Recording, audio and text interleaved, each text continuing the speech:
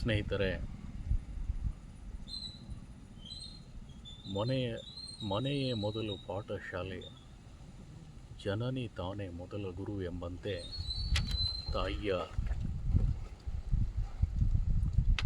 ತಾಯಿಯಿಂದ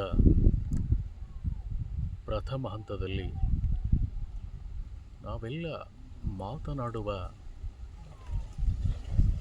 ತೊದಲು ನುಡಿಯುವ, ವ್ಯವಹರಿಸುವ ಶಬ್ದಗಳನ್ನು ಕಲಿತರೆ ಪ್ರಾಥಮಿಕ ಹಂತದಿಂದ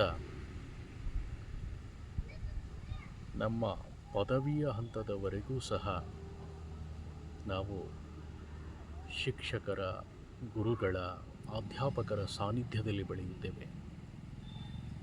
ಆದ್ದರಿಂದಲೇ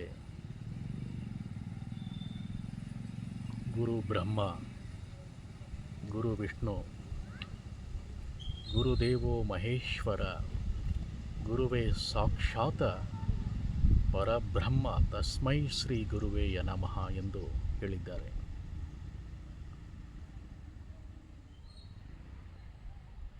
ಶಿಕ್ಷಕ,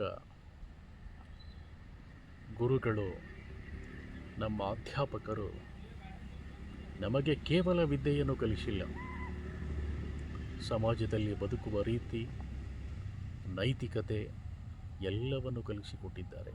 ಆದರೆ ಇತ್ತೀಚಿನ ದಿನಗಳಲ್ಲಿ ಯುವ ಜನಾಂಗವನ್ನು ನಾವು ನೋಡ್ತಾ ಇದ್ದರೆ ಪಾಶ್ಚಾತ್ಯೀಕರಣದ ಆಧುನಿಕತೆಯ ಸೋಗಿನಲ್ಲಿ ಇವತ್ತು ಗುರು ಶಿಷ್ಯರ ಸಂಬಂಧ ಅಷ್ಟಕ್ಕಷ್ಟೇ. ಹಿಂದಿನ ಕಾಲದಲ್ಲಿ ಪ್ರತಿಯೊಬ್ಬ ವಿದ್ಯಾರ್ಥಿಗೆ, ಪ್ರತಿಯೊಬ್ಬನ ಯಶಸ್ಸಿನ ಹಿಂದೆ ಗುರುಗಳ ಮಾರ್ಗದರ್ಶನ ಇರ್ತಾ ಇತ್ತು. ಆ ವಿದ್ಯಾರ್ಥಿಗೆ, ಆ ವ್ಯಕ್ತಿಗೆ ಒಂದು ಗುರಿ ಇರ್ತಾ ಇತ್ತು. ಅವರು ರಣಧೀರರಂತೆ ಸಾಗ್ತಾ ಇದ್ದರು. ಹಿಂದೆ ಗುರು ಇದ್ದ, ಮುಂದೆ ಗುರಿ ಇತ್ತು, ಸಾಗುತ್ತಿತ್ತು ರಣಧೀರರ ದಂಡು.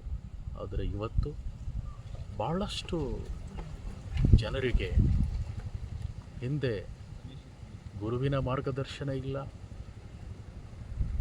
ಮುಂದೆ ಗುರಿಯೂ ಇಲ್ಲ. ಅವರು ಏನನ್ನು ಸಾಧಿಸಬೇಕು ಅಂತಕ್ಕಂಥ ಛಲವೂ ಇಲ್ಲ. ಇಂಥ ಸಂದರ್ಭದಲ್ಲಿ ಮಹಾಭಾರತದ ಯುದ್ಧದಲ್ಲಿ ಅರ್ಜುನನಿಗೆ ಪ್ರತಿಯೊಂದು ಹಂತದಲ್ಲಿಯೂ ಸಹ ಶ್ರೀಕೃಷ್ಣ ಯುದ್ಧ ಭೂಮಿಯಲ್ಲಿ ಮಾರ್ಗದರ್ಶನ ಮಾಡಿ ಧೈರ್ಯವನ್ನು ತುಂಬಿ ಮುನ್ನಡೆಸುವ ಇತಿಹಾಸವನ್ನು ನಾವೆಲ್ಲ ನೋಡಿದ್ದೇವೆ. ಅದೇ ರೀತಿ ಸ್ವಾಮಿ ವಿವೇಕಾನಂದರಿಗೆ ಆಧ್ಯಾತ್ಮದ ಶಿಕ್ಷಣವನ್ನು ಬೋಧಿಸಿ ಪ್ರತಿಯೊಂದು ಹಂತದಲ್ಲಿಯೂ ಸಹ ಎಚ್ಚರಿಸಿ 1897ರಿಂದ 93ರಿಂದ 97ರವರೆಗೆ ಜಗತ್ತಿನ ಬೇರೆ ಬೇರೆ ರಾಷ್ಟ್ರಗಳಲ್ಲಿ ನಮ್ಮ ದೇಶದ ಸಂಸ್ಕೃತಿ ಹಾಗೂ ವೈವಿಧ್ಯತೆಯನ್ನು ಇಡೀ ಜಗತ್ತಿಗೆ ಪ್ರಭಾವ ಬೀರಿ ಭಾರತದ ಸಾಂಸ್ಕೃತಿಕ ಸಂಪತ್ತನ್ನು, ಇಡೀ ಜಗತ್ತಿಗೆ ಜ್ಞಾನದ ಸಂಪತ್ತನ್ನು ಧಾರೆ ಎರೆದ ಮಹಾಮಹಿಮರು ಸ್ವಾಮಿ ವಿವೇಕಾನಂದರು. ಅಂಥವರಿಗೂ ಸಹ ರಾಮಕೃಷ್ಣ ಪರಮಹಂಸರ ಗುರುವಿನ ದಿವ್ಯ ಶಕ್ತಿ ಯಾವಾಗಲೂ ಹಿಂದೆ ಚೈತನ್ಯ ಶಕ್ತಿಯಾಗಿ ಅದು ಕೆಲಸ ಮಾಡ್ತಾ ಇತ್ತು ಅನ್ನೋದನ್ನು ನಾವು ಯಾರೂ ಮರೆಯುವ ಹಾಗಿಲ್ಲ. ಆದ್ದರಿಂದ ಇವತ್ತು ನಾವು ಶಾಲೆಗೆ ಪ್ರವೇಶಿಸುವಾಗ ಕಲ್ಲಿನಂತಿದ್ದ ನಮ್ಮನ್ನು ಕಟೆದು ಒಂದು ಸುಂದರ ಶಿಲ್ಪಿಯನ್ನಾಗಿ ಮಾಡಿ ಸಮಾಜದಲ್ಲಿ ನಾಗರಿಕರನ್ನಾಗಿ ಬದುಕನ್ನು ಕಲಿಸಿಕೊಟ್ಟವರು ಯಾರಾದರೂ ಇದ್ದರೆ ಅದೆಲ್ಲ ನಮ್ಮ ಗುರುಗಳು.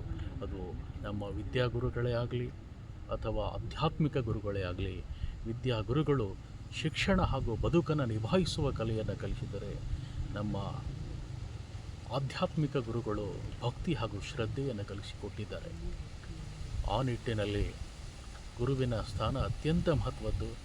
ಬ್ರಹ್ಮ, ವಿಷ್ಣು ಮೊದಲಾದ ದೇವತೆಗಳು ಕೂಡ ಗುರುವಿಗೆ ಹೋಲುವರೆ, ನಮ್ಮ ಅಜ್ಞಾನ ಕಳೆಯುವರೆ, ನಮ್ಮಲ್ಲಿರ್ತಕ್ಕಂಥ ಒಂದು ಅಜ್ಞಾನವನ್ನು ಕಳೆಯಬೇಕಾದರೆ, ಅಜ್ಞಾನವನ್ನು ಅಳಿಸಿ ನಶಿಸಿ ಹೋಗಬೇಕಾದ್ರೆ ಅದಕ್ಕೆಲ್ಲ ನಮ್ಮ ಗುರುಗಳ ಮಾರ್ಗದರ್ಶನ, ಅವರ ವ್ಯಕ್ತಿತ್ವ, ಅವರ ಪ್ರಭಾವವೇ ಕಾರಣ ಅಂತ ಹೇಳ್ತಾ, ಇತ್ತೀಚಿನ ದಿನಗಳಲ್ಲಿ ಗುರು ಶ್ರದ್ಧೆ, ಗುರು ಭಕ್ತಿ ಕಡಿಮೆಯಾಗ್ತಾ ಹೋಗ್ತಾ ಇದೆ. ಆ ನಿಟ್ಟಿನಲ್ಲಿ ನಾವೆಲ್ಲರೂ ಸಹ ನಂಬು ಗುರು ಇಹನೆಂದು, ಗುರುಭಕ್ತ ನಾನೆಂದು, ಗುರು ಶಕ್ತಿ ನನಗೆಂದು, ನಂಬು ನಿನ್ನನೆ ನಂಬು ಎಂದು ಈ ಸಂದರ್ಭದಲ್ಲಿ ಹೇಳ್ತಾ, ನಾವೆಲ್ಲರೂ ನಮ್ಮ ವಿದ್ಯಾಗುರುಗಳನ್ನು, ಆಧ್ಯಾತ್ಮಿಕ ಗುರುಗಳನ್ನು ಗೌರವಿಸೋಣ ಅಂತ ಹೇಳಿ, ಅದು ನಮ್ಮೆಲ್ಲರಲ್ಲಿ ಆ ಗುರು ಪರಂಪರೆಯ, ಗುರುವಿನ ಶಕ್ತಿಯ ಅರಿವಾಗಲಿ ಅಂತ ಹೇಳ್ತಾ, ನಾನು ಈ ಸಂದರ್ಭದಲ್ಲಿ ತಮಗೆ ಎಲ್ಲರಿಗೂ ಹಾರೈಸ್ತಾ ಇದ್ದೇನೆ. ನಮಸ್ಕಾರ.